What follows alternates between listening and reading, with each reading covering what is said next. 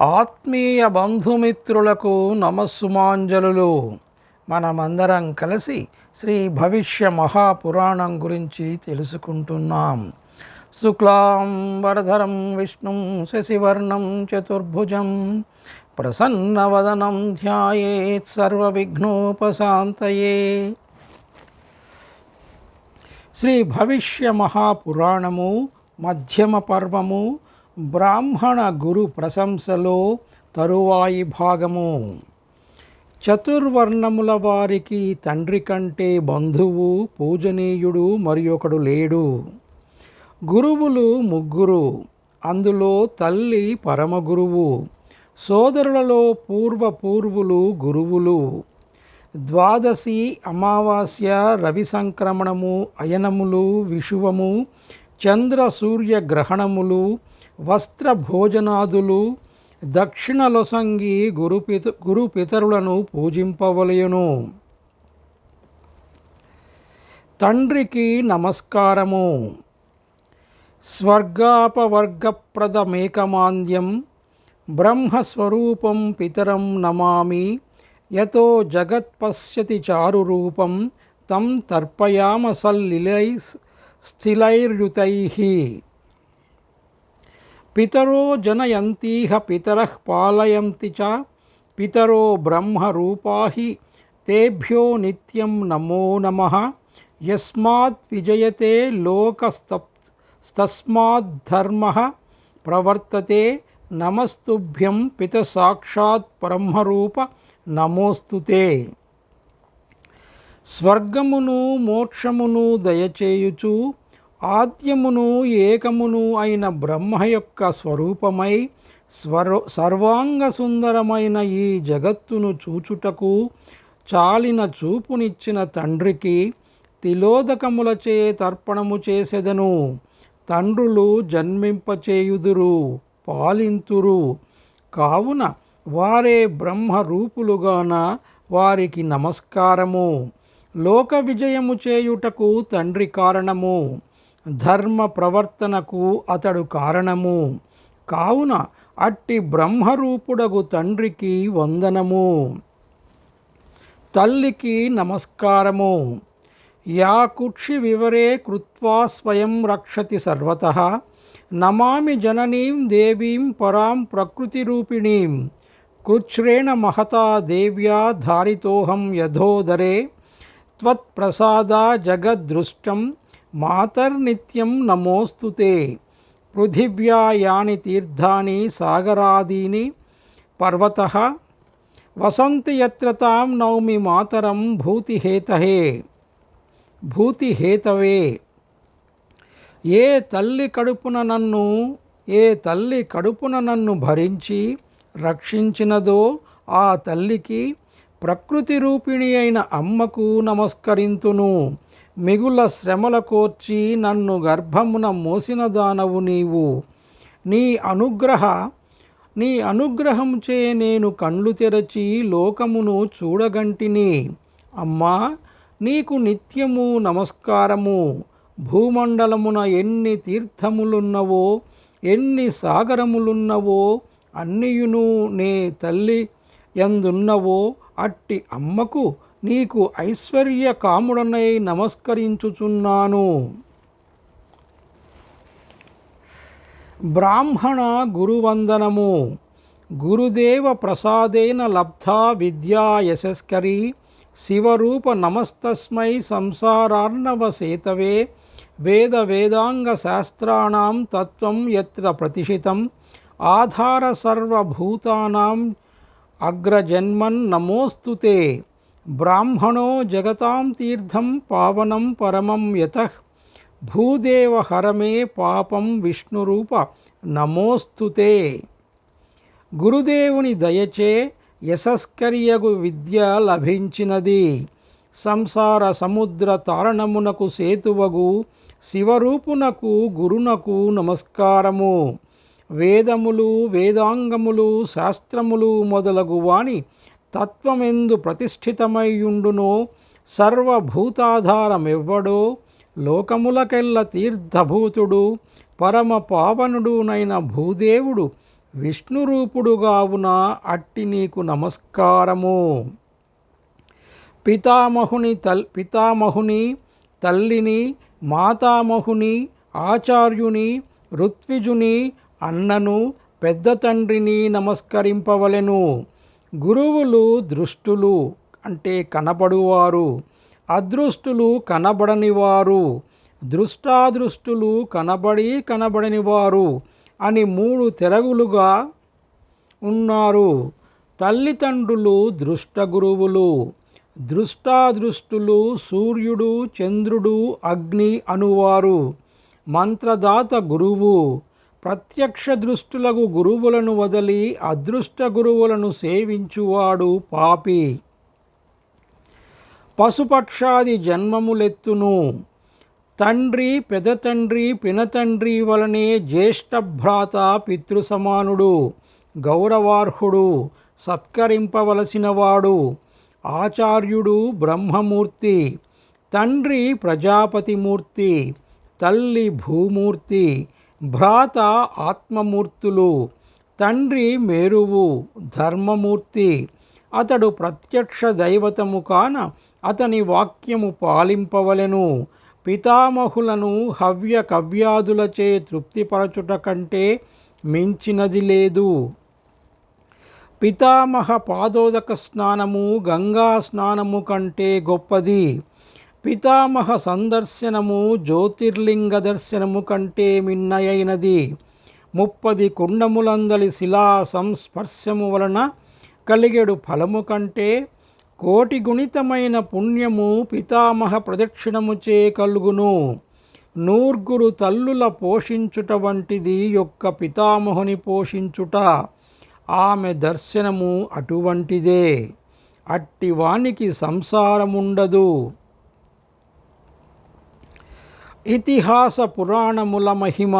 సూతుడు ఇట్లనియే, ఓ ద్విజోత్తములారా, ఇతిహాస పురాణములు వినుట వలన సర్వ పాప విముక్తి కలుగును.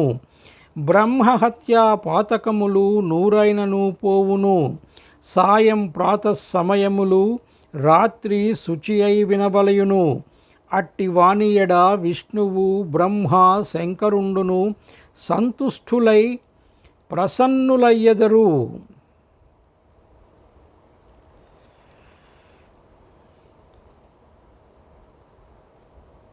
ప్రాతకాలమున బ్రహ్మయు, సాయంకాలము హరి, రాత్రి మహదేవుడును ఇతిహాస పురాణ పఠనము శ్రవణముల వలన అనుగ్రహమునొందుదురు. పురాణ వక్తయగు గురునికి నమస్కరించి శుభవస్త్రధారి అయిన శ్రోత చేలాజినకు ఉసోత్తరముగా ఎక్కువ ఎత్తును ఎక్కువ పల్లము గాని ఆసనమందు ఆసీనుడై వినబలయును. దిక్పతులకు, ఓంకారాధిష్టానులైన దేవతలకు, ధర్మశాస్త్ర గ్రంథమునకు నమస్కరించి పురాణాదులు పఠింపవలయును, వినవలయును. ఆగమములకు శివుడు, తంత్రాదులకు శారద, జామములకు గణపతి, డామరములకు ఇంద్రుడు, భారతమునకు నారాయణుడు, రామాయణమునకు వాసుదేవుడు అధిదేవతలైయున్నారు. సప్త పర్వములకు వరుసగా ఆదిత్యుడు, వాసుదేవుడు, మాధవుడు, రామకేశవులు, వనమాలి, మహాదేవుడు అనువారు అధిష్టాన దేవతలు. విష్ణు ధర్మాధికములకు శివుడు, ఆది పురాణమునకు విరించి దేవతలు. శుద్ధమైన అన్నము, యవక్షీరము, పాయసము, పులగము బలిపెట్టవలెను. బలి ఇవ్వదగిన పదార్థములకు బలిగణములు అని పేరు. వరి అన్నము, గోధుమ అన్నము, తిలలు, అక్షతలు కలిసినది, గవ్యము, పండ్లు అనునవి వీరికి బలిగా అర్పింపవలయును. ఇవి వేరువేరు కంచు గిన్నెలలో పెట్టి నలుదిక్కుల నుంచి మీదట పురాణ పఠనము చేయవలెను. ఇలా చేసి చదివిన ఈ పురాణ పఠన రూపమైన యాగము షణ్మయము అనబడును.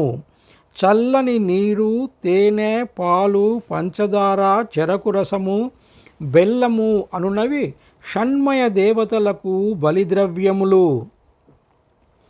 వరి బియ్యము కుంచెడు గాని అడ్డెడు గాని క్షీరము కలిపి వండిన అది అవక్షీరమనబడును. 8 భాగములు పాలు 7 భాగాలు సితము అనే పేరుగల హైమంతికము అంటే ఒకానొక పంచదార కలిపి బియ్యము కలిపి పరమాన్నము వండవలయును. దీనికి చరువు అని పేరు. 8 పలాల చరువులో 4 పలాల తేనె కానీ పంచదార కానీ కలుపవలెను. బెల్లము కలిపి అయినా ఇది చేయవలెను, లేదా తేనెచే సంవృక్తము కావచ్చును.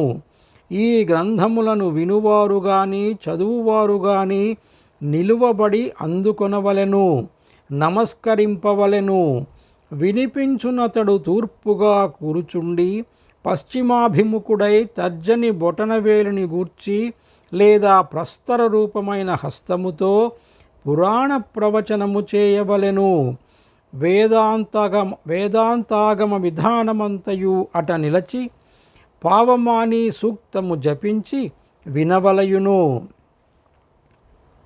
దక్షిణాభిముఖుడై వినువాడును ఉత్తరాభిముఖుడై వాచకుడును పురాణములు భారతము మొదలైన గ్రంథములు వినవలయును.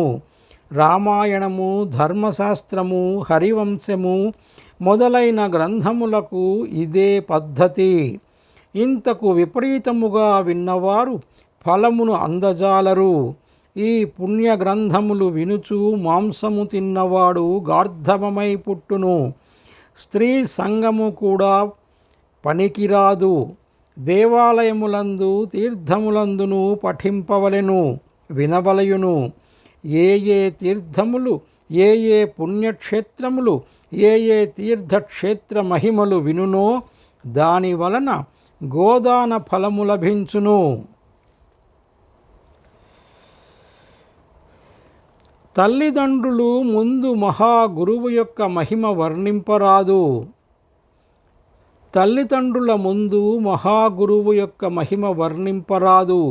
తల్లిదండ్రుల మహిమను గూర్చి సదస్సులలో పర్వములందు కుమారుడు వర్ణింపవచ్చును. వాసుదేవుని సన్నిధిని రుద్రమహిమను, రుద్ర సన్నిధిని విష్ణు మహిమను వర్ణించుట వలన పుణ్యవృద్ధి కగును. దుర్గ సన్నిధిని శివసూర్యుల చరిత్ర, వైష్ణవ చరిత్ర కీర్తించువాడు నీచ జన్మములందును గురువు అనుజ్ఞగొని తల్లిదండ్రులకు నమస్కరింపనగును.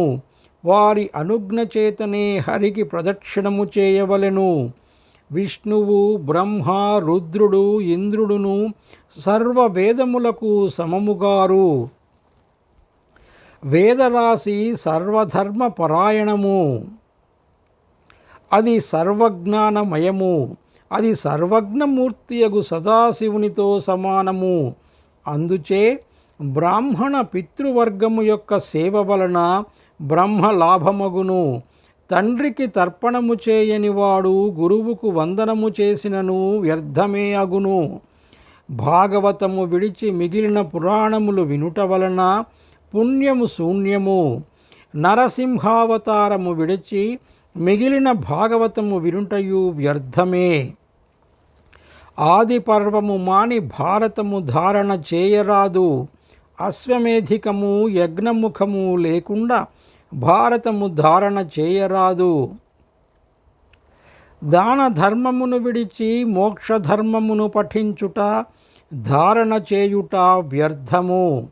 భారతమున స్వర్గారోహణ పర్వము ధారణ చేయుటచే పరమపద లాభమందును. వాయుపురాణము వినక యోగశాస్త్రము వినక ఇంకేది విన్నను ప్రయోజనము లేదు. సుందరకాండ లేకుండా అరణ్యకాండ ధారణ చేయరాదు.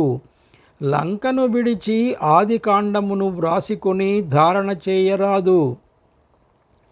పారాశరుని విడిచి వ్యాసుని, యాజ్ఞవల్క్యుని విడిచి మఖమును, దక్షుని విడచి శంఖుని, శంకుని విడచి బృహస్పతిని వినరాదు, ధారణ చేయరాదు. అనగా ఆయా ఋషుల గ్రంథములు కలిసి చదువవలని తాత్పర్యము. పురాణ గ్రంథములను గాని అందలి అక్షరములను గాని దొంగిలించినవాడు రౌరవ నరకమందును. భారతము స్తోత్రరూపములైన గ్రంథములను, స్తోత్రరూపములైన వేదాగమములను పుస్తకము మీద పఠింపవచ్చును. వేద గ్రంథములను, తంత్ర గ్రంథములందున్న మంత్రములను, నిగమ గ్రంథములను, మంత్ర వ్యాఖ్యాన సంగ్రహమును వ్రాసికొని చదువకూడదు. ఆయా గ్రంథములను వెల్లడి చేసినచో ఘోర నరకమందును. గ్రంథ పఠనమునకు మొదటను, నడుమను, చివరను ప్రణవము ఉచ్చరింపవలెను. గంధ పుష్పాదులచే గ్రంథమునకు పూజ చేయవలెను. గ్రంథము త్రిమూర్త్యాత్మకము. గ్రంథమునకు కట్టిన సూత్రము వాసుకి. కావున గ్రంథమును దేవతా రూపమని గౌరవింపవలెను. గ్రంథమందలి పత్రములు బ్రహ్మ అక్షరములు విష్ణువు. గ్రంథమందలి పత్రములు బ్రహ్మ, అక్షరములు విష్ణువు. మాత ప్రకృతి, లిపి శివుడు, దాని మాత్ర సరస్వతి. ఏకరేఖ ఏకాత్మ అంటే ఒక్కొక్క పాదము చివర ఒక్కొక్క నిలువు గీత అన్నమాట. 4 పాదముల చివర 2 గీతలుండవలెను. శ్లోకము మొదటను 2 నిలువు గీతలుండును. యుగ్మ పంక్తి విపత్కరము. అయగ్మ పంక్తి స్వర్గ సాధనము. అనగా ఒక పత్రములో బేసి పంక్తులుండవలెను, సరి సంఖ్యలో పంక్తులుండరాదని భావము. భారతము, పురాణములు మొదలైన వాని ఎడల ఈ నియమము ముఖ్యము. పంక్తి ఫలోదయము చూచు విధానము ఇట్లున్నది. పుస్తకము 4 విధములైయున్నది. శైవములైన పురాణములు బ్రహ్మేంద్ర వైష్ణవములని, శక్తి ప్రతిపాదకముగు పురాణము మహేశ్వరి దేవతాకము, ఇతిహాసమైన భారతము బ్రహ్మరూపము, రామాయణము ఇంద్ర దేవతాకము. తాళపత్రాది గ్రంథములకు త్రాళ్ళు కట్టుటకు వేయవలసిన రంధ్రములు వాని సంఖ్యను బట్టి ఫలము. వాని క్రింద మీదను వేయవలసిన చెక్కలు దారుమయములుగానే ఉండవలయుననియు, లోహమయములు పనికిరావనియు, గంటము రాగిది గాని వెండిది గాని అయ్యుండవలనియు, ఇట్టివి ఎన్నో నియమములు ఇందు వర్ణితమైనవి. గ్రంథము బ్రహ్మచర్య నియమము పాటించుచూ వ్రాయవలెను. హరివంశాది గ్రంథములు వ్రత నియమములు పూని వ్రాయవలెను. రామాయణము కూడా అట్లే వ్రాయవలెను. గృహస్థు గ్రంథము వ్రాయరాదు. పతితుడు, నాస్తికుడు, స్త్రీ, దుర్విచారుడు, దుష్టభార్య గలవాడు, దుర్మతి అయినవాడు పురాణాది గ్రంథ లేఖకుడుగా నుండరాదు. జీవంతి రసముచే కాని ఒక రకము జిగురు కాటుక కలిపిన వానిచే గాని వ్రాయవలెను.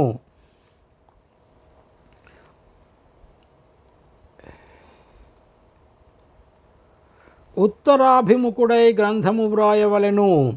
శ్రీలాభము గలుగును. తూర్పుగా నుండి వ్రాసిన ధనహాని, దక్షిణాన్యుడై వ్రాసిన మరణము, పడమట ముఖమైన ధనహానియు కలుగును. పితృమేధమందు భూకంపమైనప్పుడు, జన్మదినమున, అశౌచ సమయమున, అమావాస్యయందు, సంక్రమణమందు గ్రంథము వ్రాసిన దారిద్ర్యము కలుగును. ఆయువు క్షీణించును. లిపి, ఛందస్సు, శబ్దశాస్త్రము తెలిసినవాడు యువకుడు, బుద్ధిమంతుడు, ఆసన సిద్ధి గలవాడు, వేగముగా వ్రాయగలవాడు, తేజస్వి అయినవాడు, లేఖకుడు, భావము పరిశుద్ధముగా నుండి సమాక్షరముగా వ్రాయవలెను. నాంది నాగరము లేక శుద్ధ నాగరమునను అను లిపులు గాని, కామరూపదేశ లిపిచే గాని వ్రాయవలెను. ఆచేతనము చేత వ్రాసిన వ్రాత కూడా ఎంతకాలము భూమి యందుండునో అంతకాలము వ్రాతగాడు కూడా స్వర్గలోకమున వసించును. పతితులు, మ్లేచ్ఛులు, రోగులు, కుష్టులు, క్షయవ్యాధి పీడితులు, బోధకాళ్ళు గలవారు, మూగవాండ్రు, అధర్మపరులు వ్రాసిన గ్రంథమును గృహస్థు వర్లింపరాదు. అట్లు చేసిన ఆయువు క్షీణించును. అంగలోపమైన ప్రతిమయు మానహీనమైన పుస్తకము ఆయుర్దాయమును తగ్గించును. పుస్తకము పొడవు 32 అంగుళములుండవలెను. అది నారాయణ స్వరూపము. 24 అంగుళములు కలది స్వధనమనబడును. అది శంకర రూపము, ధర్మకామ ఫలప్రదము. 8 అంగుళములు కలది కనిష్టము, అది బ్రహ్మదేవతాకము. త్రివర్గ ఫలమిచ్చును. తాళపత్రము, జలపత్రము, అగురుపట్ట మొదలగు వానితో చేసిన ఆకులకు లెక్క ఉన్నది. కానీ భూర్జపత్రములకు ప్రమాణ నియమము లేదు. తాటి ఆకు భూర్జపత్రము 12 అంగుళములు ఉండవచ్చును. వీని రచనకు వేతన నిర్ణయము కూడా ఉన్నది. కుటుంబ భరణమునకై వేతనము తీసుకొనరాదనియున్నది. మొదట, మధ్యమున, చివర జైమిని, వ్యాస, శంకర, విష్ణువులను ధ్యానింపవలెను, మ్రొక్కవలెను. వాచకుడు ఇట్లేయునర్చి అసందిగ్ధముగా స్పష్టముగా గ్రంథోచ్చారణ చేయవలెను. సప్తస్వరములు, సప్తనాదములు అనుపడినట్లు గ్రంథము చదువవలెను. సామగాథలననుసరించి రాగయుక్తముగా పురాణ పఠనము ఉనర్పవలయును. మణివారము, గౌరాంధము, ఆసంతిక, శ్రీరాగము, హిల్లోల రాగము, వాజావికము మొదలైన రాగములు వాడవలెను. శూద్రముఖమున ధర్మ సంహితలు వినరాదు. శూద్రుడు పై వారి వలన వినుటచే శుద్ధుడగును. శూద్రుడు వ్యాకరణము చదివిన అశుచియగును. వైదికాగమ ధర్మమును శూద్రుడు కోరరాదు. కోరినచో రాజుచే దండ్యుడు కావలెను. గ్రంథము యొక్క సంపూర్ణ భావము గ్రహించి పురాణము చెప్పువాడు సాక్షాత్ వ్యాసుడే. అట్టివాడు పట్టణమున, గ్రామమున, పుణ్యదేశమున నివసింపవలెను. అతడు లేని తావు సూర్యుడు లేని ఆకాశము, చంద్రుడు లేని రాత్రి వంటిది. అట్టి వ్యాసుడు లేని సభ రాణింపదు. శిశువులు లేని ఇల్లు వలె అట్టి పౌరాణికుడు లేని చోటు శూన్యము. గ్రహములన్నీయు ఒక ఎత్తు, సూర్యుడు ఒక ఎత్తు. అట్లే పండితులందరూ ఒక ఎత్తు, పౌరాణికుడు ఒక ఎత్తు. పురాణము చదువుతరి వక్ృసోతలకు నడుమ మనుజుడు నడచిన ఒక రాత్రి అనగా ఒకరోజు పురాణము మానివేయవలెను. మేకగాని గొర్రెగాని వచ్చిన త్రిరాత్రే మూసివేయనగును. కప్ప ఎగిరిన 5 రాత్రులు, సర్పము పాకిన 4 రోజులు, గుర్రము నడచిన సంవత్సరము, ఏనుగు వచ్చిన 12 సంవత్సరములు, గాడిద కాకి వచ్చిన 1 మాసము మానవలను. ఆ చోటు వదిలిపోవలను కూడా. పిల్లి ముంగిస ఎలుక వచ్చిన 3 రాత్రులు విరమింపవలెను. హంస అయినచో 1 దిన మనమధ్యయనము గావింపవలెను. పురాణాదులను గురుపుత్రునికి, జ్ఞానికి, ధర్మపరునికి, శుచికి, భక్తునికి, శాంతునికి, విష్ణు భక్తునికి, కోపము లేనివానికి తెలిపి చదివింపవలయును. జితేంద్రునకు కూడా తెలుపవచ్చును. అధ్యాత్మ విద్యోపదేశమునకు కూడా వీరు అర్హులు. సఠుడు, ద్వేషి, నిర్భయుడు, అన్యాయము చేయువాడు, డంబము గలవాడు, నిరర్ధకుడు, శుశ్రూష చేయనివాడు, నపుంసకుడు, వక్రబుద్ధి గలవాడు, కోపి, నీచుడు, వ్యసని, నిందకుడు, విధి నిషేధములు తెలియనివాడు అగువారిని దూరముగా విడువవలయును. వాండ్రకు పురాణ సంహితాదులు ఉపదేశింపరాదు.